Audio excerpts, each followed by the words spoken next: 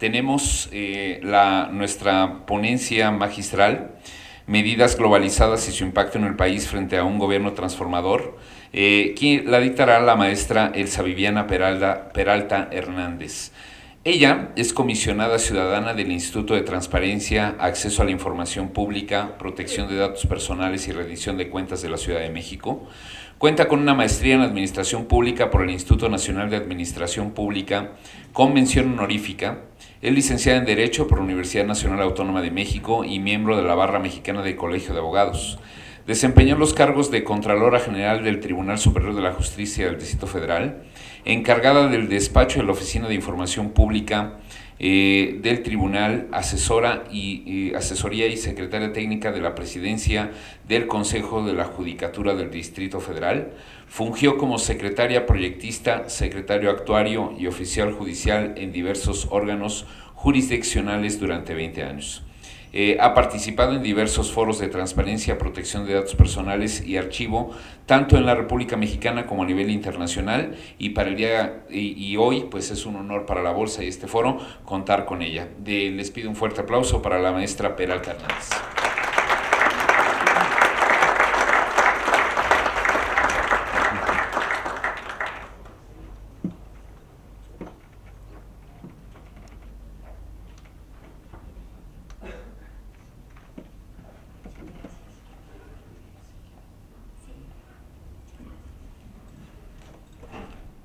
Pues muchas gracias por esa presentación. Ay, me olvidé mis lentes. ¿Me puedes dar mis lentes, por favor? Gracias. Sin ellos no veo. Mientras tanto, mientras llega la transparencia a mis ojos, una vez que ya llegué aquí, pues quiero primero que nada agradecer. Se impone siempre ser agradecido. Muchas gracias a los compañeros de la barra, al maestro Pablo. Gracias, Pablo, por traernos a este foro. Para nosotros es muy grato como autoridad. Gracias, Fabi. Qué linda. Gracias. Para nosotros es muy grato como autoridad dirigirnos a un público como ustedes, que nos inviten a este tipo de espacios. Agradecer aquí a la Bolsa que nos permita también acompañarles en esta mañana, que pues más que conferencia magistral, yo quisiera hacer una plática y pedirles de antemano una disculpa si hago algún comentario irreverente. Pero creo que se me da por personalidad, ¿no? Y también por el tema, porque el tema que me dijeron que podíamos exponer el día de hoy dice medidas globalizadas y su impacto en el país frente a un gobierno transformador. Entonces, así como que, híjole, coincido en algunas cosas y en otras no coincidiré. Algunas quiero que se advierta en esta mañana que serán desde el punto de vista personal, no tanto desde el punto de vista como funcionaria, porque como funcionaria pues creo que no debería. Mi postura, y más en un órgano de transparencia, debe ser imparcial, ¿no? Sin embargo, pues algunas de las opiniones que expresaré aquí espero pues sean objetivas y desde luego un poco ilustrativas, ¿no? Entonces, bueno, pues comenzaremos una vez ya dados los agradecimientos y, como les decía, llegada la transparencia a mis ojos, ¿no? Voy a tratar de darles un contexto. Traigo un esquema general, de algunas ideas generales en el tema de globalización y corrupción.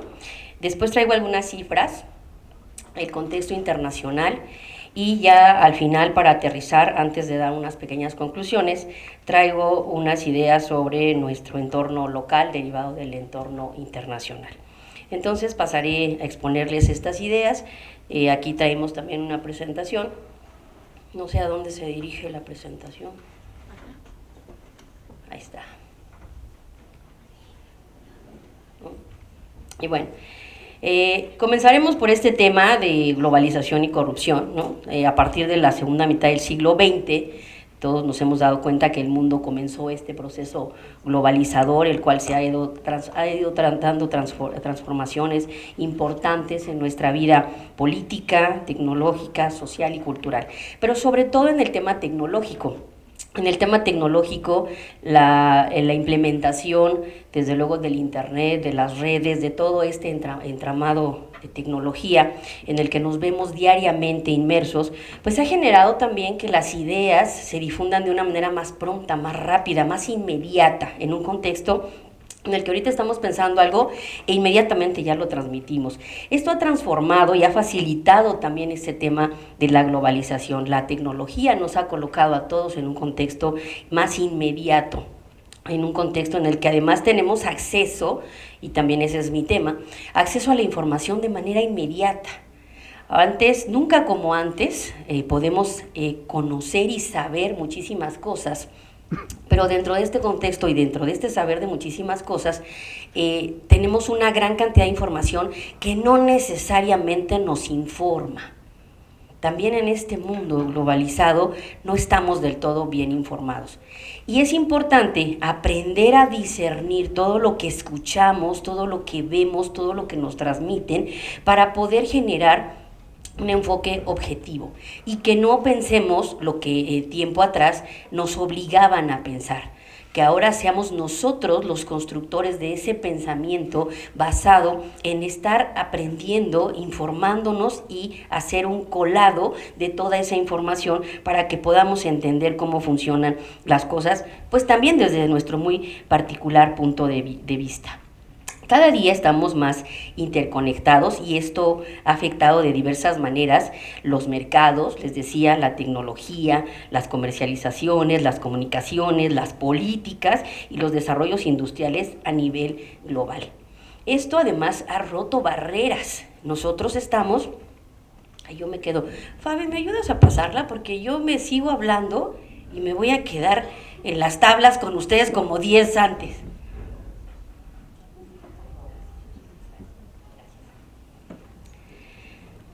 Les decía entonces que este contexto ha hecho también que se rompan las fronteras. Ahora podemos estar aquí, pero también ya estamos con nuestra tecnología en China. En este momento estamos con nuestra información ya está en Alaska y nosotros podemos estar chateando con nuestro novio en Singapur, ¿no? O sea, estamos en este momento aquí, pero ya estamos en todas partes y ya no tenemos fronteras.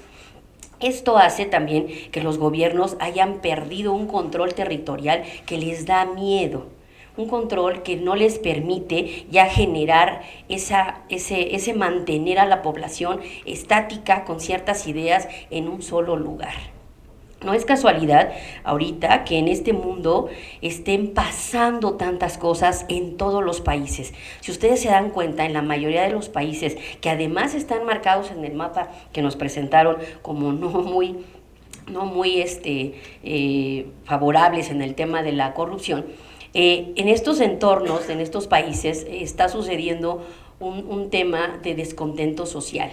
La gente, derivado de todo lo que está pasando, de toda esta información, se comunica de una manera tan pronta, tan rápida, que transmite ese descontento que se está desbordando de una manera que no se puede controlar ya ni siquiera por los gobiernos.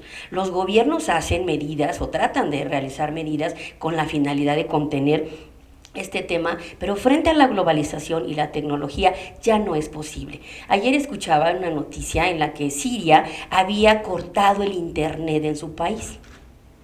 Esto, lejos de beneficiarle, porque únicamente lo que logra es tratar de que la gente ya no se comunique, lo que hizo es que la gente se enojó más.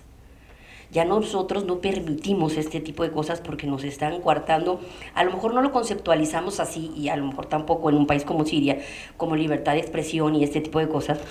Pero países como el nuestro, que tenemos cierto desarrollo en el tema de los derechos humanos, sí es una molestia. Sentimos un ataque directo ya en lo personal. Entonces, bueno, cada día esto transforma de tal manera que rompe fronteras, nos libera de alguna manera y genera un desborde de todas las comunicaciones en todos los sentidos. Les decía, rompe también las fronteras para el tema económico, para el desarrollo de la tecnología, la ciencia, en fin, estamos en un contexto internacional en el que cada día también el tema de soberanía se ve un poco reducido.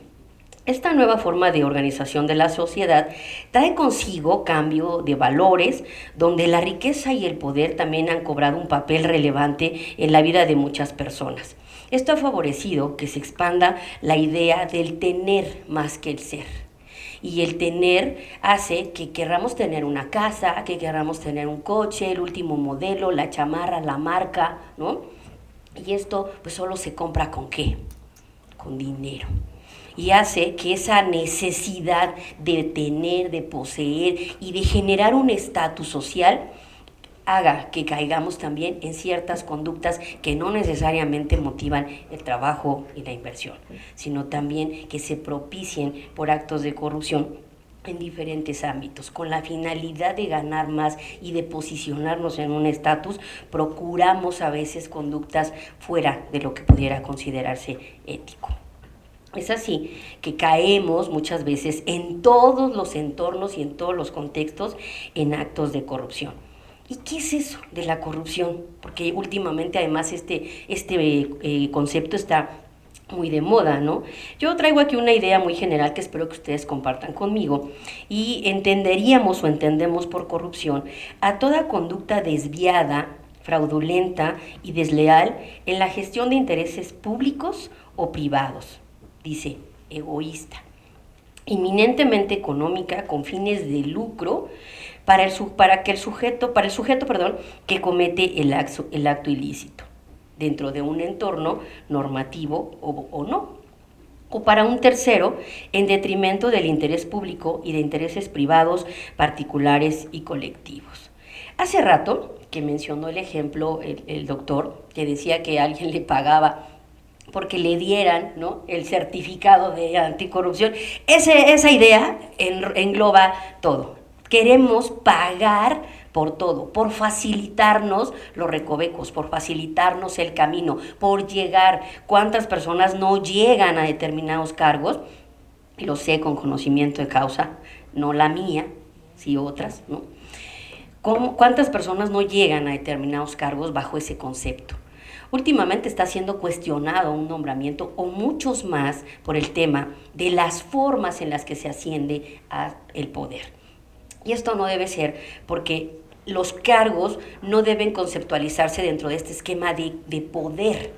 Si lo vemos así, obviamente caemos en esa corrupción, ¿no? El servicio público es eso, servicio público. Estamos para servir a la gente, al público. Y este no es un discurso populista de mi parte, créanlo, creo en ello. Sé que nosotros estamos en ese lugar para desarrollar un trabajo, no para beneficiarnos de manera particular, como dice este artículo. Aparte del tema de la transparencia, pues salvo que me acaba de dar la idea de cobrar por evaluaciones, no es factible absolutamente nada, y no es cierto, es una idea que descarto, solo es broma. La idea aquí es poner en evidencia todo lo que sucede para que precisamente vayamos resolviéndolo. Entonces, bajo este contexto de la corrupción entendida en este concepto que les acabo de decir, la corrupción en el ámbito político y público se refiere al aprovechamiento de los servidores públicos, se refiere al aprovechamiento que los servidores públicos hacen de sus cargos para satisfacer sus intereses privados por sobre los públicos, faltando así a todos los principios éticos que sus puestos les confieren en la inmoralidad de la política, la inmoralidad del servicio público. Sin embargo, esto no pasa nada más en el servicio público, también sucede en la iniciativa privada. Y en la iniciativa privada el tema de competencia, creo, es más feroz todavía, ¿no? Me parece que es más, ¿cómo diríamos? Bueno, más feroz, ahí lo dejamos, ¿no? En el tema de gobierno, implica la muerte política en muchos casos cuando uno se opone a este tipo de cosas. Y por eso también en la política hay quienes se callan o se suben al tren, ¿sí? Y tanto el que se calla como el que se sube es corrupto. Y es más corrupto el que se calla porque lo tolera, porque lo permite y porque además no dice nada frente a todo lo que está advirtiendo. Y esto también le favorece, como dice la definición. Por tanto, nosotros en este contexto tecnológico, en este contexto de conocimiento, no debemos ser pasivos, debemos ser activos en todos los sentidos. La corrupción se entiende como redes, un gran entramado, pero también como acciones individuales. Cada uno de nosotros, diario, podemos evitar hacer actos de corrupción, que si lo sumamos a la larga, evitaremos muchas otras conductas. Por ejemplo, el que tira basura en la esquinita sin que nadie lo vea, ¿no? El que se pasa el alto. acuérdense, el café es para pararse, no para pasarse, ¿no? Y así, muchas otras cosas que diario, si yo veo una fila, yo desgraciadamente tengo que confesarles que hace rato sí me metí en una fila, porque si no, no llegaba, ¿no? Pero se siente uno tan mal que te ven, o sea, no te metas, es cierto, si todos caminamos normal y no nos metemos en la fila o no pagamos, aquí yo he sabido que antes era muy lucrativo aquí en la embajada, yo trabajé acá atrás en un edificio chiquito y veía este edificio grandotote y yo decía, ay, algún día voy a ir ahí y ya vine, ¿no? Bueno, yo trabajaba aquí en este edificio de atrás y pasaba y veía unas enormes filas para el tema de la visa, ¿no? Y entonces alguien decía que tú podías ir a tramitar ahí tu visa y si querías rápido pasar o dar una cita o algo así, pagabas por el que estaba formado. Había gente que lucraba con formarse en la fila para que cuando tú fueras, pues ya te tocara más adelante. Eso es corrupción, ¿sí? Todo ese tipo de detalles, ¿no? Meternos en cualquier fila, tirar basura, no pagar nuestros servicios a tiempo, no pagar nuestros impuestos, o sea, N cantidad de cosas van haciendo ese entramado individual que genera a la larga una bolota de corrupción. Lo mismo pasa en el gobierno cuando unos cuantos se van juntando y se generan esas redes y se genera toda esa bolota de corrupción. Esto genera en estos ámbitos, les decía, el aprovechamiento de las circunstancias para satisfacer intereses privados. En eso podríamos aterrizar la corrupción. En el ámbito público, les decía, debemos evitar este tipo de circunstancias, haciendo todos los días una labor, considerando que estamos para servir, no para servirnos, ¿no? Además de todo esto, ¿no? Para ir contextualizando, en la globalización también hay otras condiciones específicas que favorecen la corrupción. Ya hablé de la captura de los cargos, como bien le llama Lourdes Morales del CIDE, también los salarios y remuneraciones públicas de bajo nivel. La gente gana poco y frente a ese contexto en el que quiere comprar y acceder a ese estatus, genera la necesidad de una riqueza que hace que se conviertan en incentivos perversos cualquier recoveco que se dé en la gestión que realice, tanto a nivel privado como a nivel público. También los interinatos constantes, la falta de una carrera efectiva en el servicio público o en el servicio privado hace que las personas hagan esa lucha encarnizada, porque además tampoco tenemos muchos cargos, tampoco tenemos un mercado laboral que nos permita una competitividad sana. Tenemos que andar compitiendo porque hay pocos puestos, porque hay pocos lugares y entonces también eso genera un incentivo, ¿no? Pagamos a veces por una plaza. O en el gobierno suele suceder que se otorgan las plazas por favor de alguien y hay que darle lo que se conoce como mochada. ¿Por qué? Pues porque me ayudó a obtener un trabajo, ¿sí? Todo esto es corrupción. La ausencia de habilidad o escasa probabilidad de sanciones hace que tengamos una percepción de que al no pasar nada, todos podemos hacerlo. Pues si no pasa nada, ¿no? La impunidad y la falta de reproche, sea por falta de penas legales o de ineficaz sistema de administración de justicia, genera impunidad. Ante la idea de impunidad, también estamos nosotros con la idea de que pues si no pasó nada, menos tampoco nos van a sancionar. Y es más, si llegamos a Contraloría, en los procesos de Contraloría pues los vamos a ganar porque las Contralorías siempre se pierden en los trámites y procedimientos, ¿no?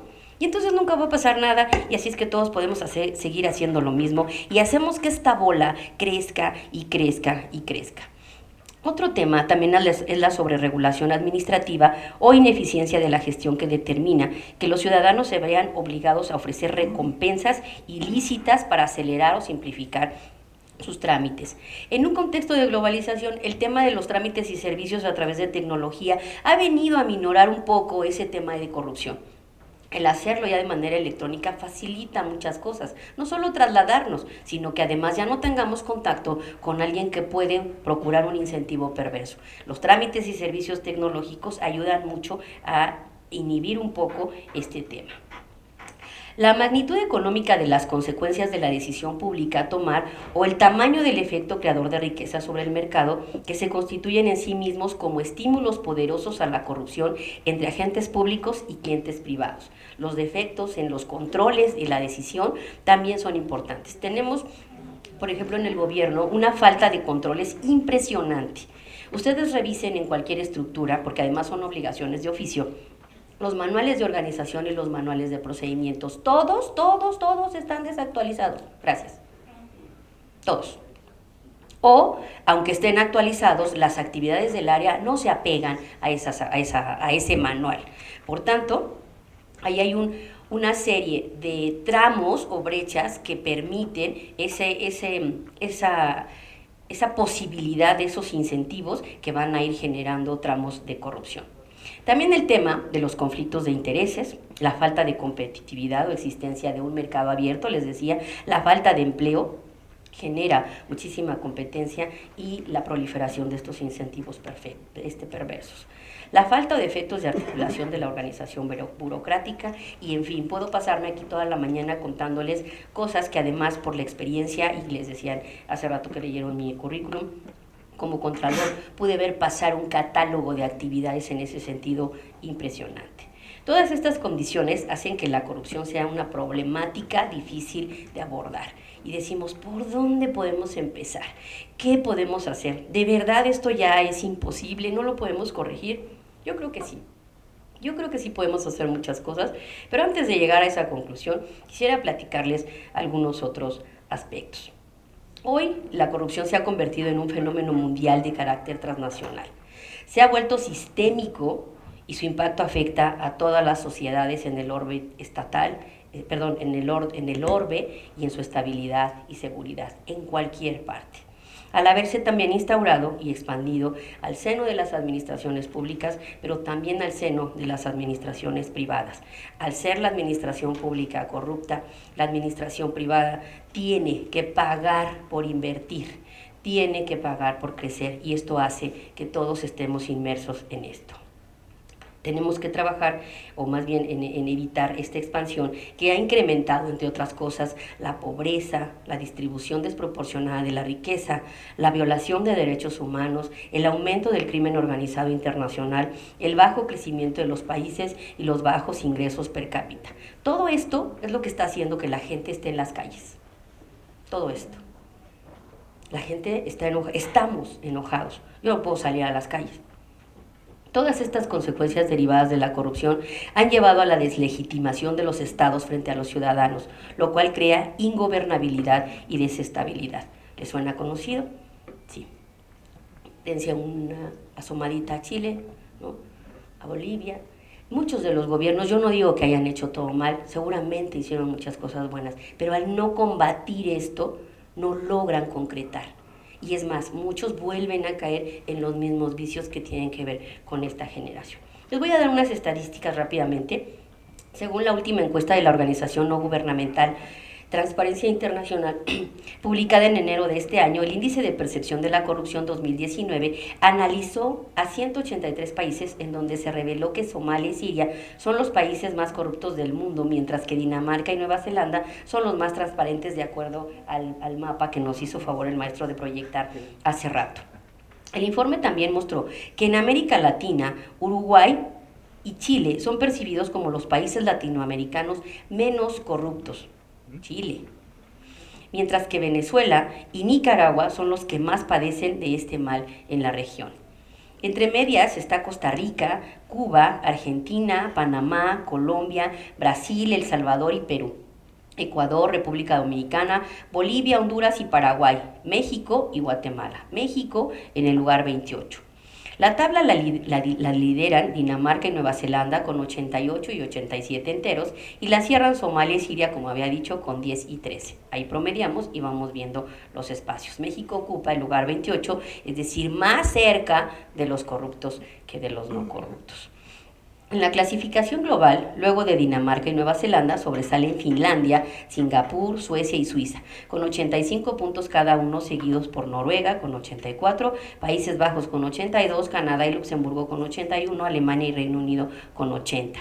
Aquí quisiera destacarles que no es casualidad que en estos países la transparencia tiene más de 200 años.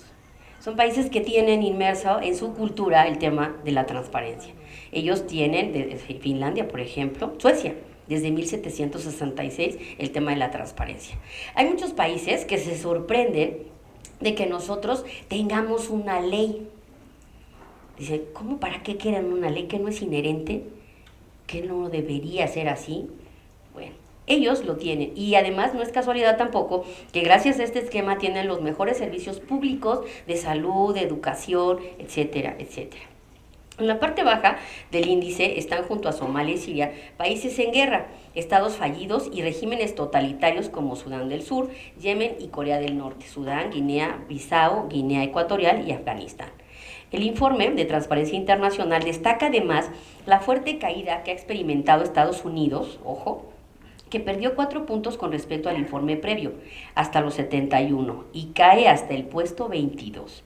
Un descenso notable en una clasificación de gran estabilidad que ha llevado a Transparencia Internacional a denominar a la primera economía mundial como un país en observación. China, la segunda economía del mundo, se situó en la posición 87 con 39 puntos y Rusia quedó relegada a la 138 con 28. No está de la mano del poderío económico y menos militar el tema de corrupción y transparencia. En términos económicos, la Oficina de las Naciones Unidas contra la Droga y el Delito informa que cada año alrededor de 2.6 billones de dólares se pierden a causa de la corrupción, dinero que se requiere de manera urgente para fortalecer los servicios de salud, de educación, limpia, estructura y demás. Yo por ahí he escuchado, y esto lo traigo a colación por eso, que la transparencia sale muy cara en nuestro país. Si vemos cifras de corrupción, sale mucho más cara la corrupción que la transparencia. Considerar que un órgano de transparencia es caro es algo erróneo que además va en contra de una idea de tratar de implementar este tema con la finalidad de abatir algunas otras conductas. La transparencia sí sirve, les decía. Yo sí creo en ello. Tan sirve, alguien decía hace poco, últimamente tenemos más corrupción que nunca. Ojo, la transparencia no está para abatir la corrupción. La transparencia vino a evidenciarla. Y no es que haya más corrupción, tal vez siempre ha habido mucha. Sucede que ahora con el tema de la transparencia se ve más. Y con todos los mecanismos que existe, se evidencia cada vez más.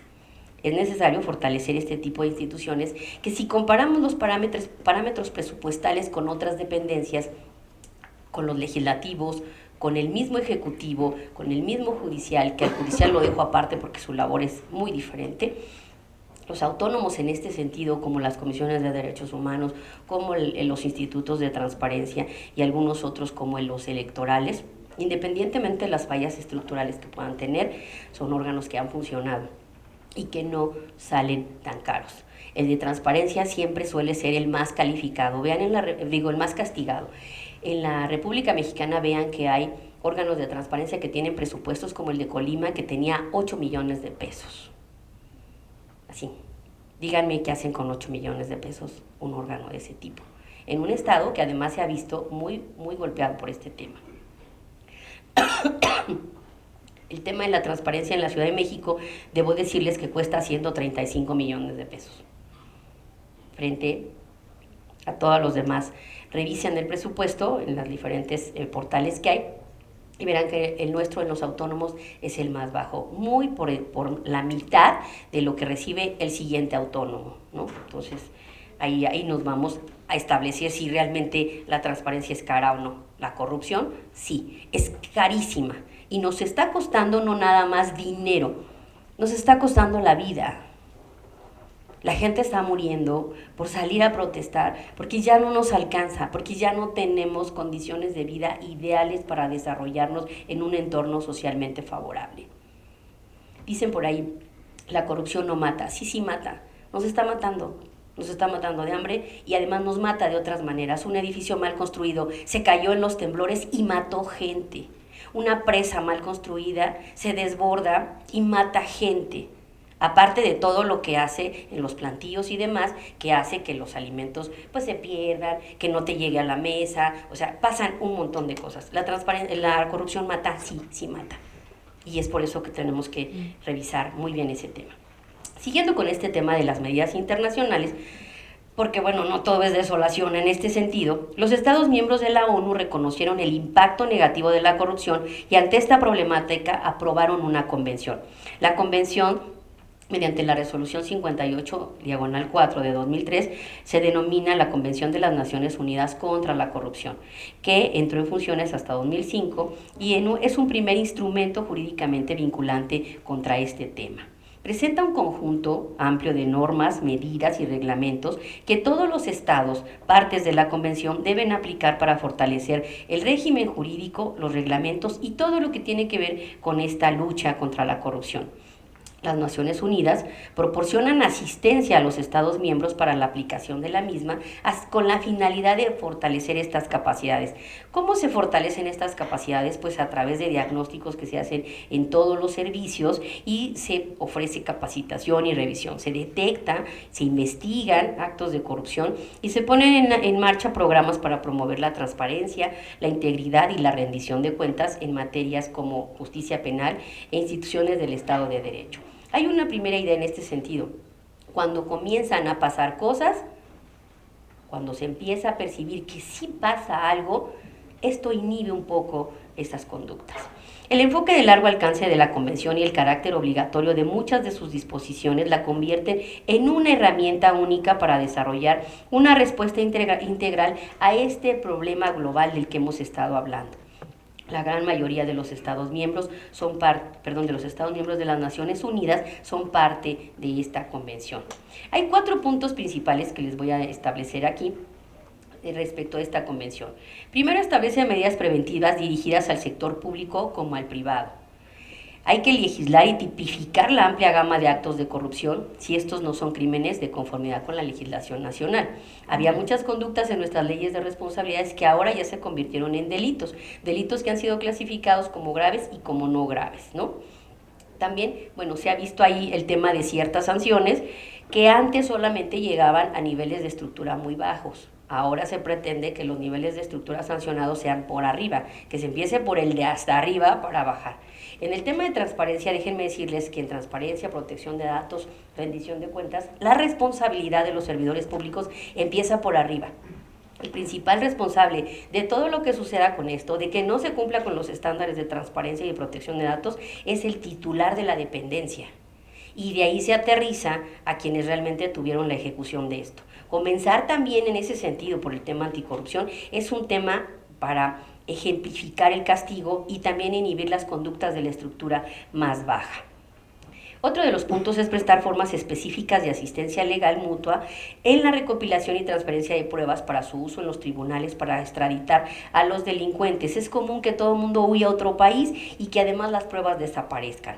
Ahora la idea es preservar, conservar y devolver al delincuente al país donde cometió los delitos. Recuperación de activos también es una de las líneas destinada a devolver los activos a los legítimos propietarios, incluidos los países en los que fueron tomados ilícitamente. Por aquí tenemos un ejercicio que más adelante comentaré. Asimismo, en la Agenda 2030 y los Objetivos de Desarrollo Sostenible de la ONU, adoptados por México, el objetivo 16 es el que nos debería importar para efectos de este tema, ¿no? La idea, de acuerdo con este objetivo, es promover sociedades justas, pacíficas e inclusivas. Y se plantea para ello unas metas. Estas metas, de aquí la primera, la 16.4, de aquí a 2030, pretende reducir significativamente las corrientes financieras y de armas ilícitas, fortalecer la recuperación y devolución de los activos robados y luchar contra todas las formas de delincuencia organizada. Ojalá, nuestro país lo requiere. La 16.5 pretende reducir considerablemente la corrupción y el soborno en todas sus formas. La 16.6, crear a todos los niveles instituciones eficaces y transparentes que rindan cuentas. Estos son los 4 objetivos. Por otra parte, también la Organización de los Estados Americanos, ante el estrecho vínculo que existe entre la corrupción y el tráfico ilícito de estupefacientes, y la OEA promovió en 1996 el primer convenio internacional contra la corrupción para promover y fortalecer el desarrollo de mecanismos necesarios para prevenirla, detectarla, sancionarla y erradicarla a nivel interno, así como cooperar de forma efectiva con otros países miembros para conseguirlo. Esta convención aborda diferentes problemáticas desde un punto de vista multidisciplinario. No es casualidad tampoco, aquí hago un paréntesis, que actualmente tenemos la concepción sistémica de establecer mecanismos que nos ayuden a romper con todas estas inercias. Por ejemplo, empezó el tema del Sistema Nacional de Transparencia como un enfoque sistémico para poder ubicarnos a todos en el país en un contexto normativo idéntico, también de aplicación idéntica y de procedimientos idénticos para poder generar el acceso a la información de una manera única en todo el país. De la misma manera, la protección de datos se aterrizó así y se establecieron leyes generales, leyes locales, leyes estatales, perdón, para lograr unificar este contexto y también generar un enfoque sistémico. La idea sobre esta base, también se abarcó al tema de los archivos, porque documentar todo lo que actualmente generamos es importante, porque parte de la corrupción y de lo que se pierde para poder sancionar es que los archivos también se pierden. Cuando se cometen actos de corrupción, las documentaciones se sustraen, se eliminan, se pierden, se las roban, en fin, suceden muchas cosas. Entonces, la idea de los archivos es fortalecer la documentación para tener un acervo que nos permita no solo generar un antecedente, sino además hacer análisis posteriores que nos permitan tomar mejores decisiones, y en esas decisiones implica además sancionar a alguien, contar con elementos probatorios que sirvan para hacerlo. Les decía, evitando que se rompa ese tramo documental que hacía muchas veces que no se pudieran probar los hechos y entonces se generara esta impunidad.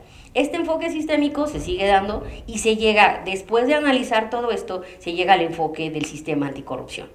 Todos estos sistemas además forman parte de ese sistema anticorrupción. En esta idea es poner y conectar a todos los sujetos que intervienen, a todas las estructuras de gobierno que intervienen, para que en una tarea coordinada todos colaboren y trabajen para lograr que se pueda abatir, y entonces no queden esfuerzos aislados como sucedía antes con las contralorías, que lo poco o mucho que hacían quedaba en el vacío. Ahora todos forman parte de este enfoque, y esa es una de las ideas que parte de estos convenios y de estos documentos. La idea, desde el punto de vista multidisciplinario y sistémico, se ocupa de todos estos aspectos en varias vertientes. Como bien lo dijo también Pablo hace rato, la vertiente preventiva, hay que adoptar una serie de normas para prevenir, otras durante el proceso y otras finalmente para sancionar y evitar, más bien romper o sancionar esa consecuencia, pero también romper esa idea de que sigan sucediendo esos actos. En lo que respecta al Consejo de Europa, en 1994, este consejo creó un grupo multidisciplinario sobre la corrupción. La idea no es nueva, como verán, de la cual resultaron dos convenciones en materia, una en materia civil y otra en materia penal. En la de materia penal, la idea es que el concepto de corrupción se define y se castigue en sus diferentes modalidades, tanto activa como pasiva. Les decía hace rato, el que guarda silencio también es corrupto. Entre pública y privada, tanto cometida por funcionarios nacionales, extranjeros o de organizaciones internacionales. Y el tema de la Convención Civil, que refleja la necesidad de que las leyes nacionales prevean la indemnización de daños y perjuicios causados con esto. ¿Por qué? Porque también es importante que se repare. En nuestro país, por ejemplo, antes las sanciones las pagaba el propio sujeto obligado. Ahora no, ahora se pagan del bolsillo del servidor público. Y eso está bien, porque si él fue el que se vio beneficiado, pues el que pague, ¿no? Pero además yo digo que debemos ir más allá, no solo que pague, sino que devuelva todo aquello que se quedó con el tema de haber recibido ciertos incentivos, ¿no? A final de cuentas no es su dinero. ¿De quién sería ese dinero? Pues de todos, ¿no? Así como los impuestos, ¿no? Los impuestos ustedes los pagan, y todo lo que se hace con sus impuestos, pues es su responsabilidad vigilar que se cumpla, ¿no? Bueno, asimismo, también se han enfocado diferentes acciones en tres directrices. Una acción global dentro de este contexto globalizado, y por eso les estoy hablando de toda esta información, porque no se les olvide el tema y voy a regresar a él. ¿Cómo se llama nuestra mesa? Dice, medidas globalizadas. Por eso estoy hablando de todo esto. Son medidas globalizadas y les estoy poniendo ejemplos de cómo las hemos ido aterrizando en nuestro país, con la idea de que, pues de combatir un poco el tema de la corrupción, por lo menos normativa y procesalmente hablando, porque ya todo lo demás es ejecución. Bueno, siguiendo con estas medidas a nivel internacional, les decía, hay tres vertientes. La acción global, que está dirigida a alcanzar instrumentos de cooperación internacional, donde México ya forma parte de muchos. Las acciones independientes, que se enfocan en garantizar la plena autonomía de los órganos administrativos y judiciales orientados al control de la corrupción. Voy a volver a leerlo. La acción independiente, que se enfoca en garantizar la plena autonomía de los órganos administrativos y judiciales. Ese es otro tema que no se debe perder. La captura de órganos que en nuestro país han generado equilibrio no debe ser, no puede generarse una idea de tener a modo ciertos poderes, porque esto corrompe, esto no genera este equilibrio. Esto es uno de los puntos, les decía, que en este grupo multidisciplinario se establecieron como uno de los enfoques. Entonces ahí tenemos que poner también mucha atención. Por otro lado, en 1998 el Comité de Ministros del Consejo de Europa adoptó una resolución en la cual se autorizó la creación del Grupo de Estados contra la Corrupción, denominado por sus siglas GRECO, que toma como referencia los 20 principios básicos adoptados por este mismo Consejo. GRECO se conforma como un organismo encargado del control mutuo entre los países participantes conforme a criterios de evaluación continuada y seguimiento próximos a los adoptados en el marco de la OCDE. La OCDE, finalmente, en este contexto internacional, en su área de competencia aprobó el convenio sobre el soborno de funcionarios públicos extranjeros en las transacciones comerciales internacionales. Ojalá lo hubieran escuchado en Panamá, en el que se proporciona un marco para la tipificación como delito de los actos de corrupción en las transacciones comerciales internacionales. Odebrecht. ¿Me escuchan? En el que los países se comprometen a sancionar a los acusados de sobornar funcionarios públicos extranjeros, incluidos los de países que no son parte de la convención, con el fin de obtener o mantener una transacción internacional. ¿Les suena conocido? Bueno, estas medidas ahora, paso a la siguiente parte para ya ir cerrando mi exposición. Estas medidas también se han ido adoptando, les decía, en nuestro país, aunque ya se las he ido platicando. Bajo este esquema, nuestro país tuvo motivos para aprobar mecanismos anticorrupción que tienen su origen en los instrumentos internacionales que ya les describimos, ¿no? Se adoptó entonces lo que ya les platiqué como una nueva política que debió haberse hecho desde hace mucho tiempo, que de hecho yo creo que alguien por ahí ya tenía una idea cuando en 1983 generó la Ley de Responsabilidades y muchos esquemas que ahora tenemos. Pero se quedó ahí, realmente no avanzamos más. Ahora ya tenemos la conceptualización del denominado Sistema Nacional Anticorrupción. Este conjunto de instrumentos internacionales aplicado en el proceso legislativo dio forma a este sistema en donde se muestra la importancia y la influencia que durante las dos últimas décadas han cobrado organismos internacionales, no solo en materia económica, sino también para promover la construcción de instituciones eficientes y en general la consolidación de las democracias en el marco de las economías globalizadas. Esta construcción de entes como al que yo pertenezco no fue idea de alguien nada más, decir, ahora vamos a tener ganas de crear al Info. No, viene de todas estas ideas, del aterrizaje de todas estas normativas que nos obligan a nivel internacional y que por eso ahora cuando se hable de eliminarlas, destruirlas o minimizarlas, hay que revisar que México no esté dejando de cumplir con los compromisos que contrajo de manera internacional. México, además de contraer estos compromisos de manera internacional, se vería mal en un contexto en el que todo el mundo está tratando de combatir la corrupción y nosotros salirnos de esta idea, pues obviamente generaría una mala percepción, que déjense de la mala percepción. El tema es que volveríamos a caer en un atraso muy difícil de salir, ¿no?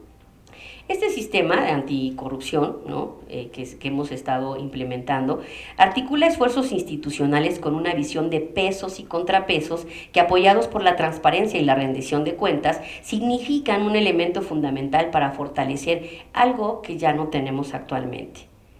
¿Qué es? ¿Ustedes confían en el gobierno? Eso. Fortalecer la confianza de los ciudadanos en las instituciones en un marco de promoción de la legalidad y las buenas prácticas. Todo lo que les conté al principio genera desconfianza. Nosotros, si sabemos que la policía no sanciona, que no castiga, que no persigue, si sabemos que los tribunales tampoco, etcétera, etcétera, caemos en un enfoque de impunidad y de que, pues no pasa nada. Entonces, nosotros ya no confiamos tampoco en esas instituciones, porque sabemos que no pasa nada, aun cuando muchas veces formamos parte de ellas.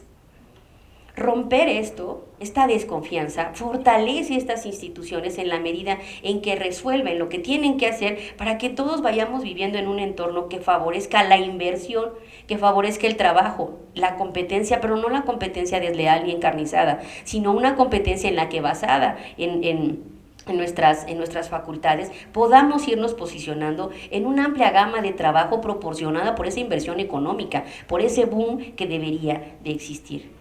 El objetivo principal de este sistema es el de prevenir y sancionar la corrupción en México. Solo en la medida en que este conjunto de reglas y principios normen de manera cotidiana esta interacción, esto logrará encajar. Entonces sí, como un sistema, con el único propósito de reducir la utilización de la función pública y de los recursos en beneficio de intereses particulares, que sea en beneficio de todos nosotros. Y yo ahí sí creo en una idea social, no socialista, social. Dando cumplimiento a los objetivos de desarrollo sostenible que establece la Agenda 2030 de la ONU, nuestro país debiera de enfocarse con el objetivo 16, en lo que respecta a la promoción del Estado de Derecho, la reducción sustancial de la corrupción y el soborno en todas sus formas, con la creación de instituciones eficaces, responsables y transparentes en todos los niveles y la adopción de decisiones inclusivas, participativas, representativas que respondan a las necesidades que nuestra sociedad hoy demanda, con la finalidad de garantizar el acceso a la información y a su vez como una herramienta para acceder a muchos otros derechos que tenemos a los que tenemos derecho, valga la expresión. El Estado de Derecho y el combate a la corrupción son considerados en el orden internacional como herramientas necesarias para atender la pobreza y la desigualdad en América Latina. Tal es su importancia que han sido incluidos como metas a alcanzar en los países miembros de la ONU y del cual México forma parte en un periodo de 12 años a partir del 2018. El nuevo gobierno ha puesto en el centro de su programa el combate a la corrupción con una intención muy clara. Sin embargo, la instrumentación ha sido inconsistente y contradictoria, ya que se ha acosado a las libertades e instituciones creadas por la democracia para ir acotando la corrupción mediante la exhibición pública de los delitos. Eso no debe ser. Cuando además la gente ni siquiera ha sido juzgada. Y tenemos un artículo que dice que nadie puede, ¿qué? Ser molestado en su vida, papeles, posesiones, sino mediante juicio seguido, con todas las formalidades procesales, ¿no? Está bien que necesitemos esa idea que abata la impunidad, que es la de que haya sanción, que haya castigo. Sí, pero cuando ya se dio, instrumenta procedimientos que realmente sancionen y nulifiquen ese tipo de conductas. Pero no estés haciendo cacería, porque eso lo único que genera pues es terror y menos confianza en las instituciones. Si yo no confiaba antes en las que eran ineficientes, pues ahora menos confío en estas, ¿no? ¿Por qué? Porque me generan incertidumbre sobre la veracidad de sus procedimientos, ¿no? Es así que les decía que no debemos trabajar en esta idea de exhibición pública de los delitos y la aplicación estricta de la ley a rajatabla. Y en su lugar se propone erradicar la corrupción mediante un acto simplemente moral por parte de las personas. Sí tenemos que cambiar esa parte, sí, es cierto. Cada uno de nosotros todos los días debe decir, hoy no voy a hacer esto. Si yo tiraba la basura en la esquina, ya no la voy a tirar. Voy a caminar hacia el bote o ya llevaré a donde tenga que llevarla. Hacer todos los días esto de no meterme a la fila, de no tirar basura, de ahorrar el agua, de pensar también en el otro, una serie de cosas que ayuden todos los días a transitar y vivir mejor, es un buen ejercicio. Pero además construir diario en nuestro trabajo y en nuestros entornos sociales, en nuestro entorno familiar, en nuestro entorno escolar, ir combatiendo todo ese tema. No vender un examen, por ejemplo, si somos maestros, ¿no? O sea, que no se moche nadie para nada, ¿sí? O sea, eliminar esa idea de los moches, ¿no? Y una gran cantidad de otras ideas, puede construir diario una mentalidad distinta que nos haga también aprender a convivir mejor, aprender a hacer otras cosas. Sí creo yo en este enfoque moral, pero también creo que tenemos que construir, de acuerdo con toda esta normatividad, un enfoque global, un enfoque en el que, de acuerdo con esta normatividad, comencemos a aterrizar, rescatar aquellas instituciones que creamos con base en esto y que sí funcionaron, y también corregir el camino, implementar procedimientos, mecanismos, una administración pública eficiente, un trabajo eficiente todos los días en el servicio público, siempre pensado en este entorno social. Hay que trabajar en esto, y creo yo que entonces actuar así sería un poco lograr caminar hacia el ideal. No es la solución, no lo planteo como tal, pero sí sería tal vez caminar. Es algo difícil de lograr, ya que, como lo hemos visto, la corrupción es un enfoque sistémico. Dicen por ahí que la delincuencia está organizada. ¿Y que no se puede organizar la sociedad? Claro que sí, y se organiza todos los días a través de esto. Ustedes todos los días mandan 100 mensajes de buenos días. ¿Por qué no mandar otros 100 de otras cosas, ¿no? Otros 100 de juntarnos, de vernos, de hacer cosas. Nunca como ahora, cada uno de nosotros tiene tanto poder como ciudadano. Nunca. Ahora tenemos mucho poder como ciudadanos, tenemos voz y tenemos muchas cosas que podemos ejercer. Pero, aquí viene el tema, hay que hacerlo con mucha responsabilidad.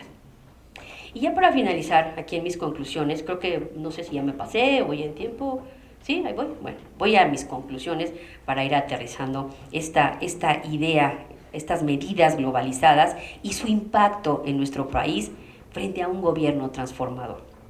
Ejemplo de esto, como hemos señalado, en un mundo donde la información es inmediata, los casos de corrupción son conocidos a nivel mundial, lo que provoca que los gobiernos y los personajes involucrados se vean exhibidos de manera inmediata. Esto provoca un descontento social y, consecuentemente, la deslegitimación ante la ciudadanía, lo que conlleva una crisis política y social. Esto no le gusta a los gobiernos. Ejemplo de esto son los escándalos de corrupción de la empresa transnacional líder como Odebrecht, que, debido a la investigación en Brasil, se fue desenmarañando la red de corrupción en varios países de Latinoamérica, lo que puso al descubierto que una empresa era capaz de subordinar las decisiones de funcionarios de gobierno debido a la corrupción, y que dicha empresa contaba con una oficina, contaba con una oficina de relaciones estratégicas que se especializaba en entregar sobornos a los funcionarios. O sea, tenían hasta dentro de su estructura algo bien organizado. Ay, maestro, no te molestes. Aquí hay, mira. Qué amable. Muchas gracias.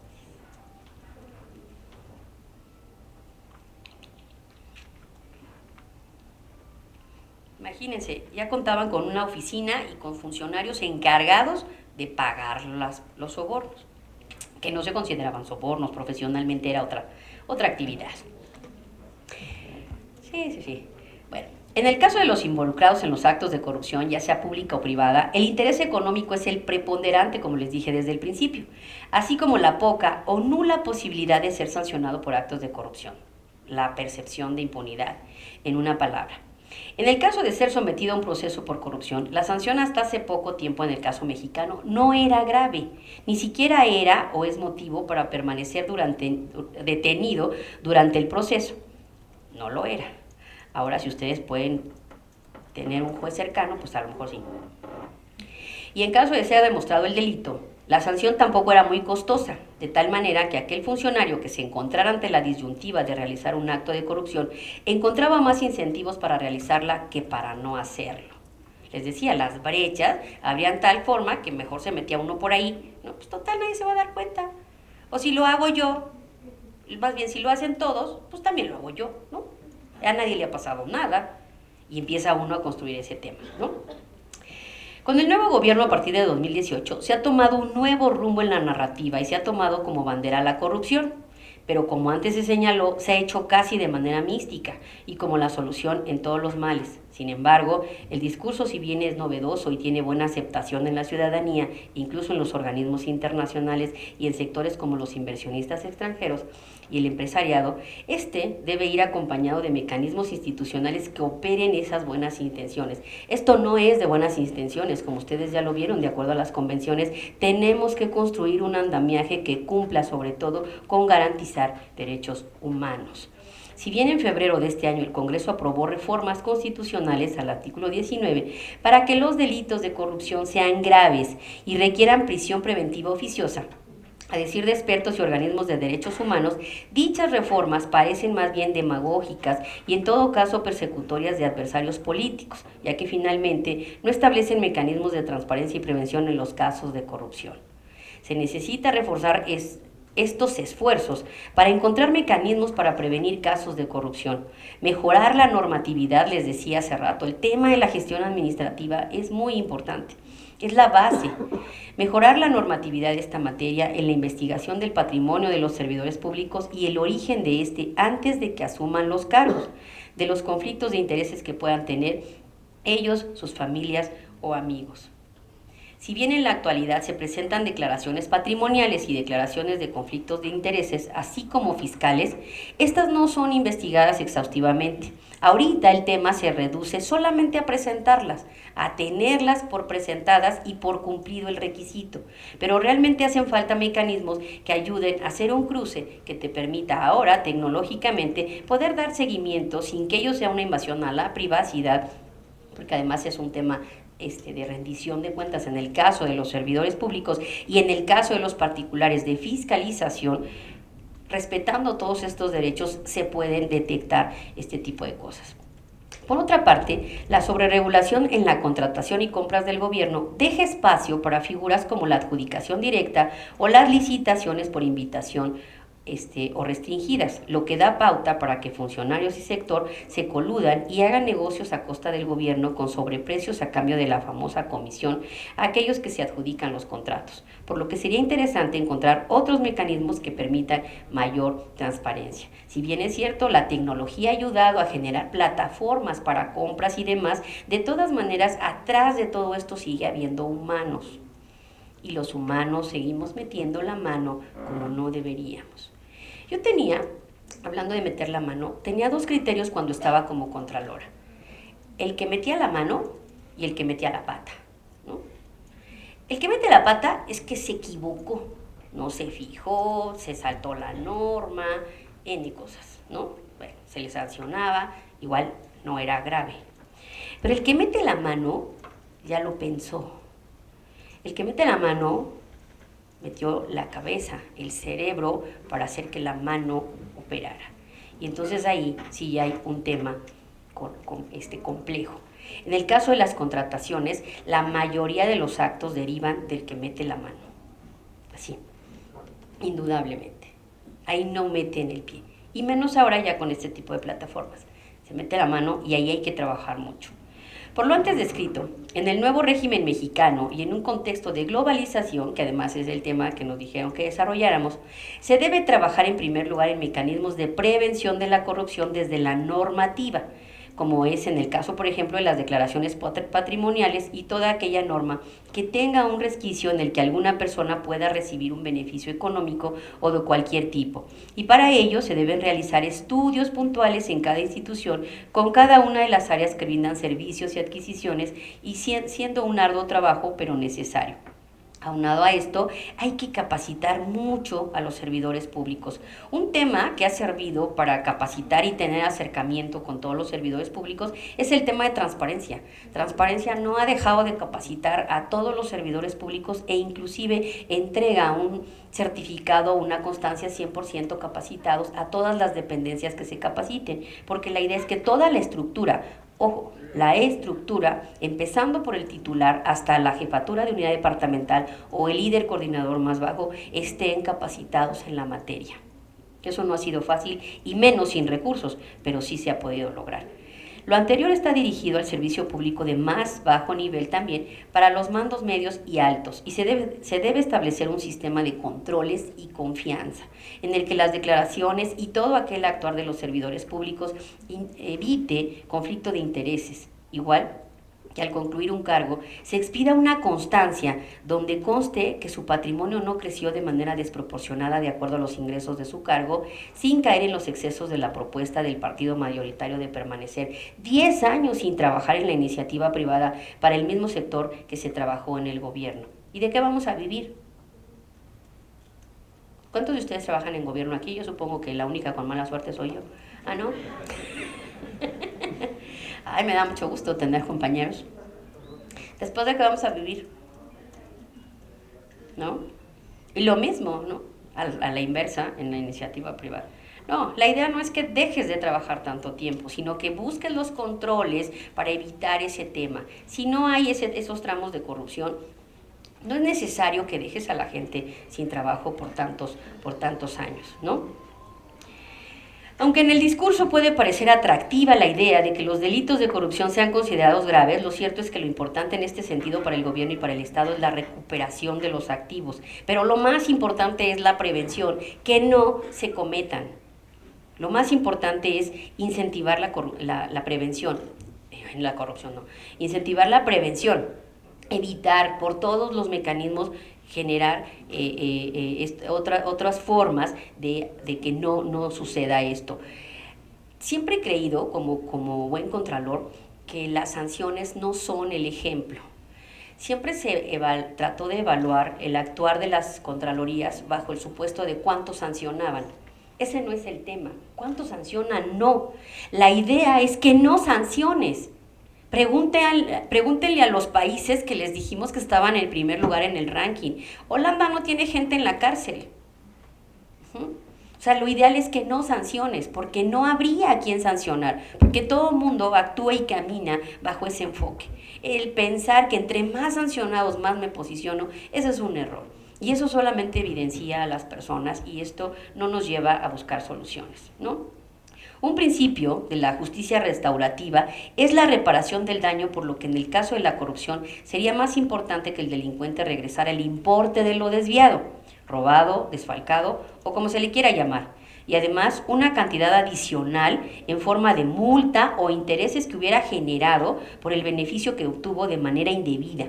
Un trabajo también en favor del Estado mexicano, que también lo puede realizar en propiedades. Actualmente se habla del Instituto para devolver al pueblo lo robado, que cabe decir no existe formalmente como tal y es lo que era el SAE, el Sistema de Enajenación de Bienes, y ha realizado subastas básicamente de bienes muebles e inmuebles expropiados al crimen organizado y que el producto de estas se ha destinado a algunos municipios y a algunos programas. Sin embargo, si le rascáramos, saldría muchísimo más por otro lado. Lo cierto es que los recursos que la corrupción son muchos más. Y es mucho mejor, o es mejor recuperar esos activos y reincorporarlos al presupuesto público que tener a una persona en la cárcel y pasar años en juicios para enajenar o expropiar sus bienes. Lo más productivo y que no parezca una revancha política. Sería entonces de esa manera empezar a cumplir las normas y medidas preventivas. Yo creo que generar, de verdad, generar mecanismos normativos, eficientes, con base en muchas de las cosas que hemos hecho, pero respetando las convenciones en este esquema internacional, creo que es la solución para ir resolviendo muchas cosas. Si seguimos pensando que qué bueno que todos en el mundo lo hagan, menos en México, vamos a seguir yendo hacia un camino que nos ha conducido a la orilla de un abismo. Estamos en la orilla de un abismo. Veamos lo que está pasando en otros países y de verdad, aprendamos la lección antes de que suceda. México se distingue por muchas cosas buenas, empezando por ustedes, ¿no? Por los mexicanos. Hemos hecho muchas cosas y podemos hacer todavía mucho mejores. No todos somos corruptos, de verdad. Y yo se los digo como un servidor público, no todos somos corruptos. Les aseguro que todos los que están aquí tampoco lo son. Los malos, como dicen por ahí alguien, son los menos. No es posible que esos menos, por estar más organizados, puedan más que nosotros. Organicémonos nosotros con todos estos esquemas y hagamos todos los días un cambio en este sentido. Y usemos nuestro poder, aquí está, siendo mejores ciudadanos, más participativos, más conscientes y más informados. Les aseguro que todos nos quejamos en el café. Ya dejemos de hacerlo en el café. Diario, hagamos algo muy distinto. Espero no haberlos aburrido mucho y agradezco muchísimo este foro para haber venido a exponer ideas que no son más que alguna cosa que salió de mi cabeza por falta de cafeína. Gracias y buenos días.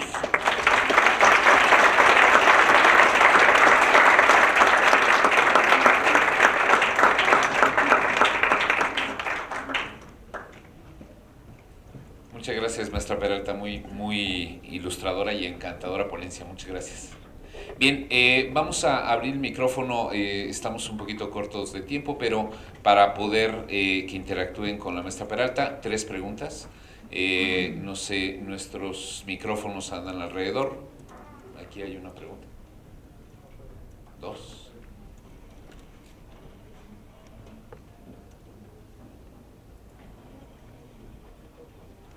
Aquí.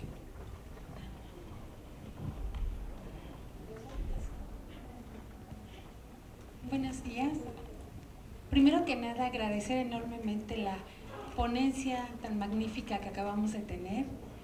Y enfocándome por el tiempo, he seguido la institución de transparencia, porque si bien creo que México es un país lleno de riquezas, algo que nos está hundiendo de alguna manera es la corrupción. Es triste que en algún foro escuché que ciertamente México cayó puntos al 138 y que nos comparen al país de Somalia, que es el país que está en el fondo. Mi pregunta es básicamente, acudí al programa a la plataforma que lanzó Transparencia en México de denunciar bajo la protección de quien denuncie. ¿Ha funcionado? ¿Qué resultados está teniendo ahorita? Porque tiene escasamente 3 meses que empezó ese programa, si no me equivoco, y quiero saber cuáles serían los avances en cuanto a esa plataforma. Gracias. A ver, mire, no sé de qué plataforma me habla. ¿No? Ya, ok. Pues se supone que la idea es generar un tema de denuncia, ¿no? Un tema de denuncia para que la gente no se sienta intimidada por el hecho de que, bueno, pues presente una denuncia y después no sea perseguido aquel que denunció, sino perseguida la persona que hace la denuncia, ¿no? Hasta ahorita, donde pues no hay mucha respuesta, ¿no? De alguna manera por parte de la sociedad. Como le puedo comentar que tampoco hay mucho uso de la sociedad en el tema de acceso a la información. Y ya no le platico de protección de datos personales, ¿no? Lo que tenemos que hacer aquí es, evidentemente, socializar más este tema de la plataforma y buscar hacernos ver cómo funciona para que realmente sea un incentivo a las personas y éstas se motiven a denunciar. Pero que no se trate tampoco de una plataforma donde nada más porque algo no te gustó, vayas y acuses a todo mundo. Yo aquí quisiera resaltar algo. Hay que ser muy responsables. Por ejemplo, yo no soy partidaria en el Twitter de todas las cuentas anónimas, ¿no? Donde se dedican a despotricar contra todo mundo. Eso lo pasa con las plataformas anónimas, ¿no? Te dedicas a despotricar y entonces desnaturalizas la esencia de lo que realmente quieres lograr con esto. Hasta ahorita no ha tenido esa respuesta hasta donde yo sé. Pero la idea, le decía, es socializarla con un enfoque responsable que realmente incentive el hacer una denuncia responsable, una denuncia en la que nos comprometamos a darle seguimiento a esto. Socialmente nosotros ahorita tenemos mucho poder para denunciar, para votar, para opinar, para todo lo que ustedes quieran. Estamos muy posicionados, ¿no? Como personas. Hay que aprender a aprovechar esto, pero de una manera, le decía, responsable, siendo conscientes de lo que estamos haciendo. Si voy a hacer una denuncia, doy mi nombre. Si voy a hacer una denuncia o un Twitter, ¿no? Un tweet, pues doy mi nombre, ¿no? Eso también es transparencia, déjeme decirle, ¿no? yo pararme aquí a decir lo que acabo de decir no es fácil, ¿no? Porque yo sé que a lo mejor me escuchan muchos oídos que no les va a gustar lo que yo opino. Pero yo no estoy criticando a nadie, estoy diciendo lo que con mi experiencia pienso que no funciona y cómo puede funcionar mejor, ¿no? Porque no es con buenas intenciones o con malas intenciones como funcionan inclusive plataformas así. Creo que está bien tener ese mecanismo, pero está mucho mejor trabajar en estructuras que permitan cambiar toda esa gestión administrativa. Yo invertiría más en recursos que faciliten trámites y servicios de manera tecnológica. Les decía, para mí, y sí lo he visto, estoy convencida de que esa estructura sí elimina tramos de corrupción, porque ya no hay contacto entre las personas, porque corta muchas maneras, ¿no?, de generar esos incentivos perversos, ¿no?, que le llaman. Y entonces el trámite ya se facilita, ¿no? Ya en los celulares tenemos un montón de trámites, ¿no?, lo que tú quieras, hasta llamar a un policía, ¿no?, tu policía de cuadrante y una serie de programas que funcionan mejor evitando ese tipo de cosas, ¿no? Por ejemplo, tú ahí ya sabes qué policía te atendió, cuál es el que te corresponde, dónde tiene que llegar, y si llega a haber un tema de corrupción, tú ya lo puedes denunciar directamente en su dependencia a ese policía. En la agencia, siempre se me olvida como en eso de los cambios de los nombres, ¿no? Antes era Agencia de Gestión Urbana, ahora es Agencia Digital. La de la Ciudad de México es, bueno, ahorita me acuerdo, son 144 sujetos obligados que traigo en la cabeza, ¿no? Entonces, me encanta la proactividad de esta agencia, porque los chicos que están ahí de verdad tienen una visión muy, muy moderna de lo que es la gestión administrativa. Y entonces desarrollan una gran cantidad de plataformas donde a veces se desbordan, pero está muy bien, ¿no? Para que inclusive la ciudadanía en la Ciudad de México tenga información ya en datos abiertos, de temas de inmuebles, de temas de transporte, de temas de inversión, de muchas cosas. Están desarrollando una gran cantidad de plataformas que me encanta la idea, porque eso ayuda a generar información y a conocer trámites, servicios de manera más eficiente, en fin, ¿no? Creo que eso ayuda más a este tipo de plataformas, ¿no? Que de todas maneras hay que tenerlas, sí es bueno, pero hasta donde sea, pues hay que trabajar más para incentivarla, ¿no? Muchas gracias. Bien, Muy bien. Teníamos una pregunta por ahí.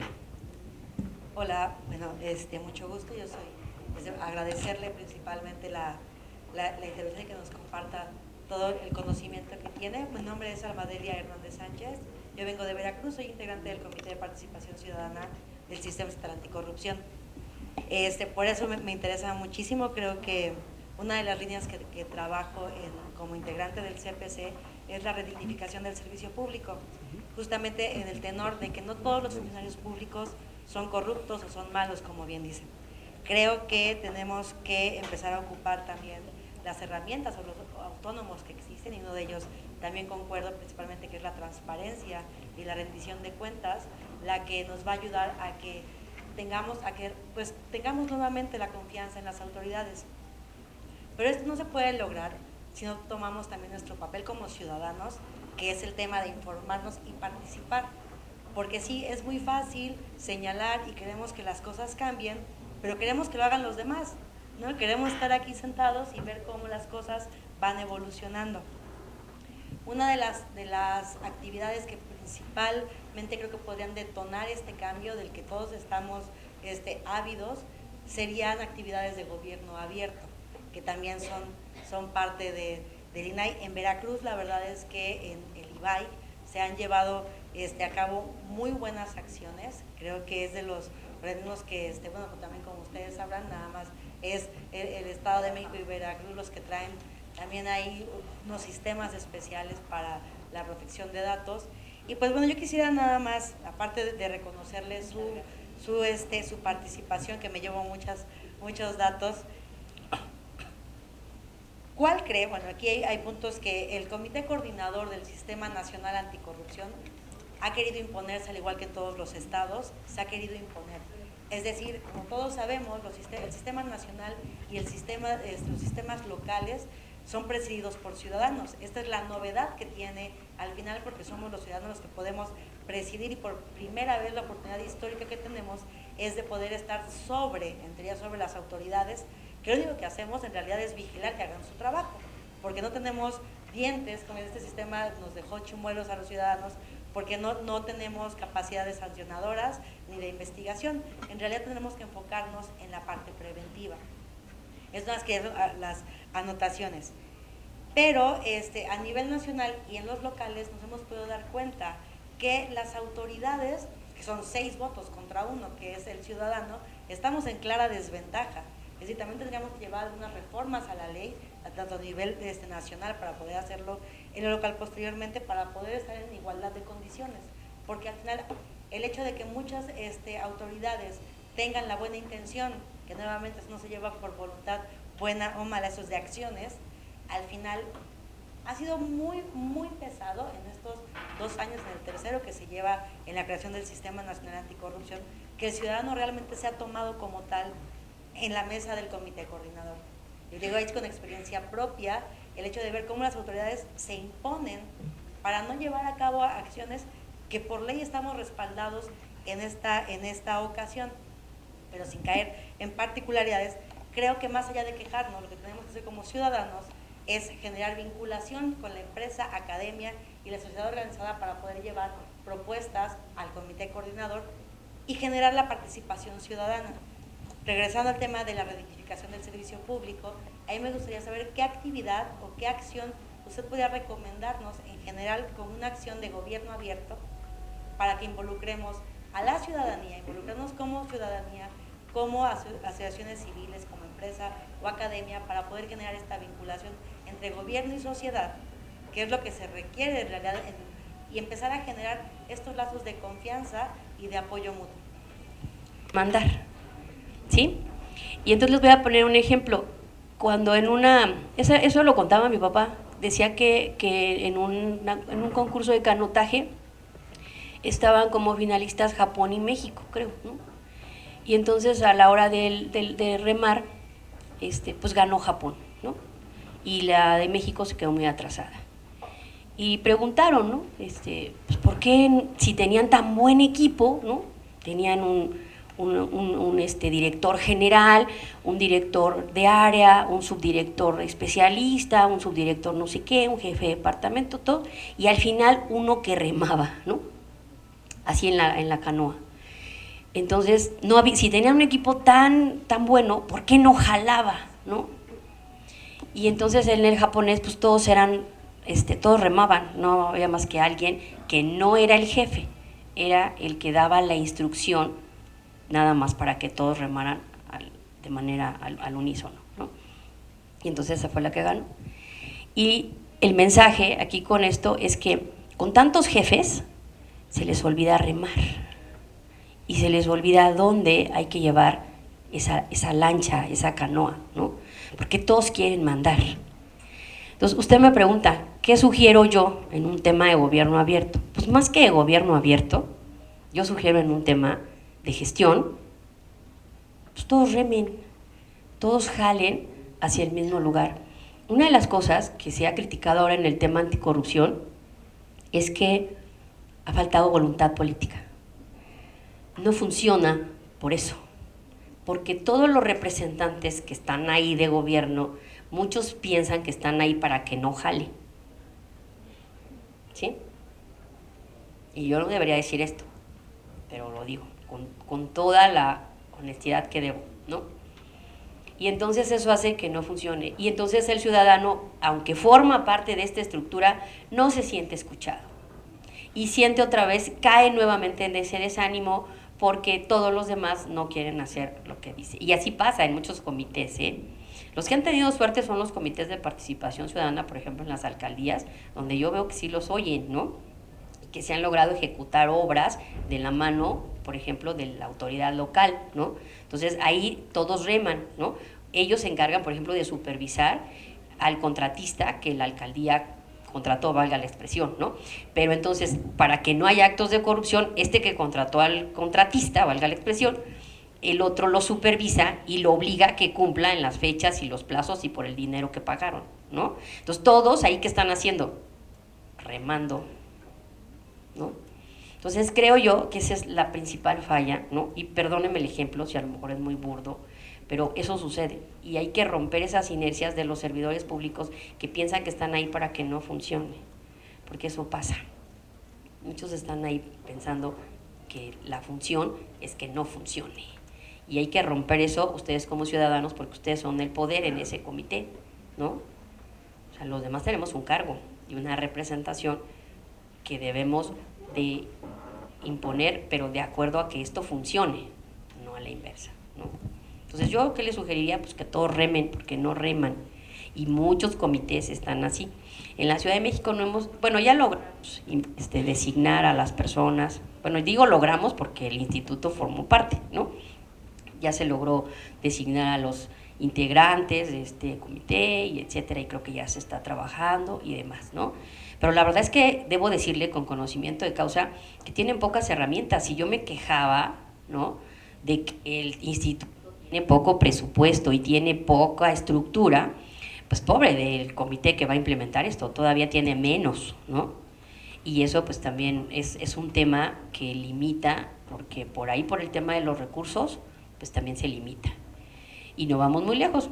Ahorita en el tema del recorte presupuestal, a todos los autónomos ya nos amenazaron con rebanarnos más, ¿no? Esto es una manera también de bajar la operatividad, porque entre menos recursos recibes, menos operativo. Entonces los comités tienen ese tema también, no tienen recursos, ¿no? Y necesitan recursos para poder funcionar. Entonces por ahí también hay que buscar que se vean apoyados, ¿no? Si realmente el gobierno quiere recobrar la confianza, pues que busque apoyar a todas estas estructuras que tienden a trabajar para ellos. Yo decía ayer en otro evento, la transparencia tiene que convencerlos a todos de que funciona, y principalmente al gobierno. El gobierno tiene que convencer que tiene que ser transparente, porque si no, su electorado ya no va a confiar en él. La transparencia es su mejor herramienta. Quien así lo entiende la vuelve su mejor aliado, en el buen sentido de la palabra, ¿no? Porque entonces el votante se sentirá confiado y entonces votará otra vez por esa persona o por ese grupo o por esa organización política, ¿no? Pero mientras sigas dándole patadas al tema de transparencia y rendición de cuentas y demás, creo que la gente se sigue desanimando más. Ahí está la prueba, ¿no? Pues ya estamos aquí en el comité y no nos dejan participar, ¿ahora qué? ¿No? Entonces creo que hay que construir por ahí y no dejarse vencer. Ese sería el otro consejo. No se deje vencer, sigan impulsando, porque sí se pueden abrir las brechas y tan se puede que pues estamos hablando aquí de todo esto, ¿no? Yo a lo mejor, como dijo ayer un catedrático ahí en el Instituto de Investigaciones Jurídicas, pues no sé, a lo mejor soy muy soñadora, a lo mejor creo yo, pues todavía en príncipes y sapos, ¿no? O sea, creo que por eso me ha ido mal, ¿no? Podríamos ir concluyendo Sí, para... sí. ¿sí? Perdón, mi pregunta Porque si no ya voy a contar aquí mi vida, así ya. Sofía Ramírez, de Mexicanos contra la Corrupción. Mi pregunta es muy puntual, es más que una pregunta, una petición, no un comentario. Es pedirle a usted, en su calidad de comisionada, pero también al Instituto del InfoDF, que nos ayude a presionar para que los procedimientos de nombramiento de todos los que conforman el sistema local anticorrupción se hagan de manera transparente, a tiempo, pero también que desde adentro del sistema, como usted bien dice, ahorita detenta un cargo, ahorita tiene las herramientas, tiene un presupuesto chiquito si quiere, pero lo tiene, que nos ayude a presionar a que haya transparencia en la metodología de las evaluaciones, de los perfiles, que se haga a tiempo, las entrevistas se videograben y se transmitan y existan comunicaciones directas. Ahorita vamos en el tercer comunicado con el Consejo Judicial Ciudadano, porque estamos en el proceso de nombramiento de fiscal anticorrupción, y ha sido verdaderamente tortuoso tener que pelearse desde fuera, la ciudadanía, otra vez, entiendo que nadie nos hace caso, porque desde dentro nadie se está pronunciando, por lo menos esa es nuestra percepción, respecto a que estas selecciones de, al final, funcionarios públicos, pues se queden a la mitad y no se queden documentadas, y las metodologías no sean transparentes, los nombres no sean evidentes, y al final acabamos siempre con cuotas y cuates, y eso como ciudadano es súper frustrante. Muchas gracias. Gracias. Mire, le voy a decir algo. Sí se hace, en el tema de la designación del fiscal, ahorita pues ahí andan en el proceso. Pero todo el mundo se ha enfocado en el tema del fiscal anticorrupción. Y déjeme decirle que ahorita en el Inter sacaron una convocatoria la semana pasada, yo no estaba en el país, y sacaron una convocatoria la semana pasada para la designación de los contralores de los órganos autónomos, incluido el del Info, que están vacantes. Sacaron una convocatoria para inscribirse en 3 días. 3 días nada más. Ya la cerraron el viernes pasado. De hecho, se publicó, yo me enteré de esa convocatoria el jueves, o sea, ya llevaba un día, fue miércoles, jueves y viernes. Y sí la puse en mis redes, puse por todos lados la convocatoria para que vieran que solamente había habido 3 días, ¿no? Y nadie dijo nada, nadie. Y lo puede usted checar en mi Twitter, ¿eh? Ahí está mi cuenta de Twitter, y yo puse ahí 3 días nada más. O sea, ¿quién se va a enterar en 3 días para inscribirse como Contralor? Obviamente, además, es un perfil muy técnico. No se puede inscribir cualquiera, debe tener ciertas características el perfil, ¿no? Pues así quedó. Y ahorita esta semana, derivado de esto, ya esta semana la Comisión de Transparencia del Congreso de la Ciudad de México ya puso unos tweets donde dice que esta semana iniciarán el proceso de entrevistas y no sé qué, ¿no? Yo todavía no sé quiénes se inscribieron, porque ya debería salir la lista, ¿no? Si ya van a pasar a las entrevistas, ya deberíamos de saber quiénes fueron los que se inscribieron, ¿no? A mí me interesa particularmente porque es el que me va a fiscalizar. Uno de esos es el que me va a fiscalizar. Bueno, pues ese también es un tema de nombramientos y nadie ha dicho nada. Perdón, por los tiempos vamos a concluir ahí. Entonces, yo ahí les encargo también a Mexicanos contra la Corrupción que nos ayuden, no nada más con ese tema, sino con todos los nombramientos para evitar esa captura. Yo coincido con ustedes, no debe haber esa captura. Y déjeme decirle que el año pasado que yo me quedé sola en el instituto, una organización que me ayudó fueron ustedes. Gracias. Gracias. Vamos a poder tomar 10 minutos de receso en la parte de afuera, agradecerle mucho a la maestra Peralta y regresamos en unos minutos más.